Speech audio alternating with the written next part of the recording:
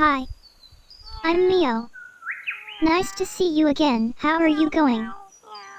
Today I want to show you how to set up the Clip Studio Paint. A friend of mine has just purchased a Clip Studio Paint Pro, as it was 50% off sale. Clip Studio Paint Pro is a very good software for painting and illustrating, but it is also used by professionals. Many beginners don't know what to do with too many functions, decluttering, and change the interface color. I hope you'll enjoy it.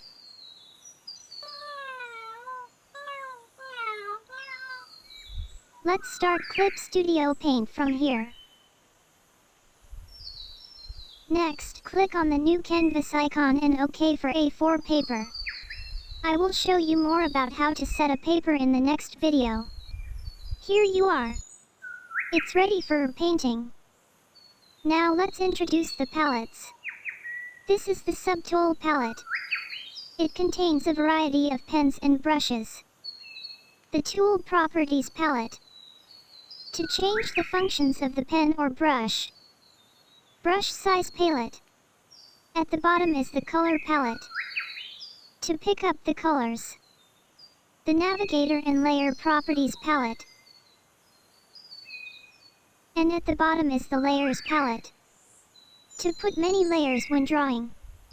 This section is used to create a new canvas. To the right are the Undo and Delete icons. Now, could you understand the structure of the interface?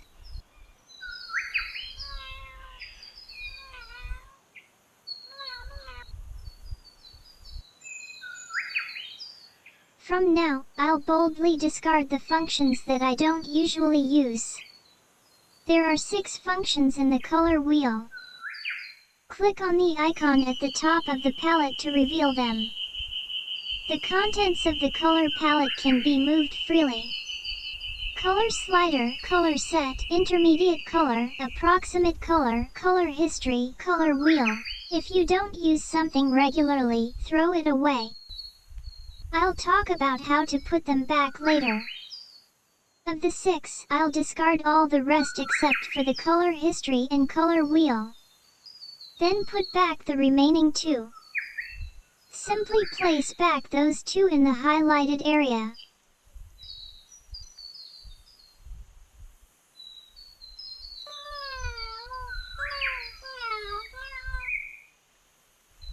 Navigator. In the Navigator's palette, delete the sub-view, history, item bank, etc., leaving the Navigator, and so on. In the Layer Properties, delete the search layer, animation cells, and other animation-related functions. This is because they are not used for illustration.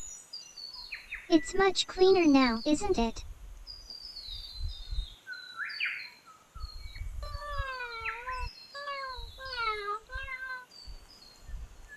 Finally, let me explain the function of this vertical column. Click on the top icon to open Quick Access. It is packed with many easy-to-use functions.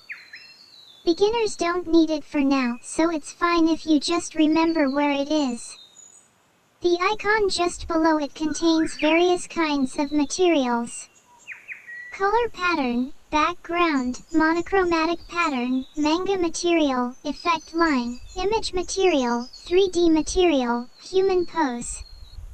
Press the right arrow to store them all. As I said earlier, you just need to remember that there are such things here.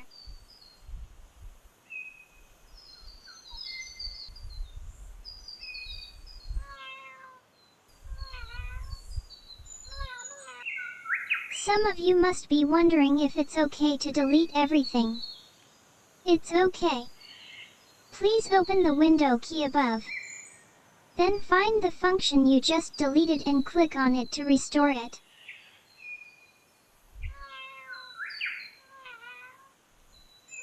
In Clip Studio Paint, you can move the palette around freely. Let's take the color wheel and move it to the right. Both of them. Move them to wherever is convenient for you. Put them back to the previous site, too. You can put them in the area highlighted in red. The palette layout created can be registered on your computer. Window, Workspace, Register Workspace. Name and save it. Workspace number 1. OK. Let's see if we have saved it correctly. Window, Workspace. Workspace number 1. It has been properly registered.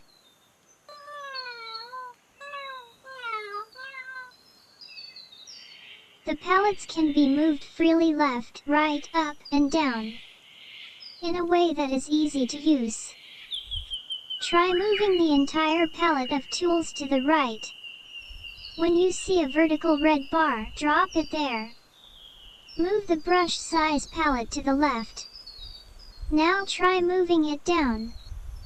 If your screen layout is messed up, and you can't go back to the original screen layout, in such a case, if the screen is registered, it can be easily undone. There is a way to undo it in one shot. Window, Workspace, reload Workspace number 1. And then OK, you're back to normal.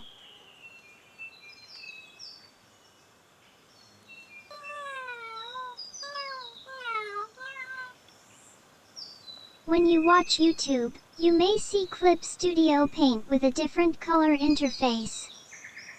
The default color of Clip Studio Paint is black, isn't it?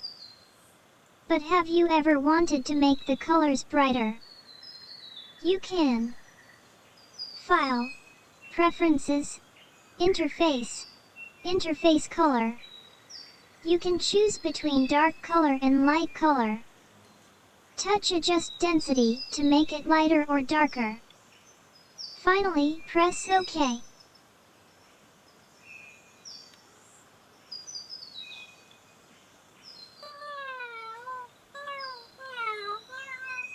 Let's take a look at the different types in the tool palette. In the pen subtool, not only can it be used for calligraphy and line drawings, but also for a wide range of background painting by changing its size. The pencil subtool contains pencils and pastels with different textures. The brushes subtool also contains a wide variety of tools, from watercolor to India ink. The most interesting part is the decoration brush. It contains a lot of materials such as flower petals, chains, and stardust. For beginners, I've explained the initial screen setting of Clip Studio Paint so far. I hope this will be of some help to you. This is Mio Chan.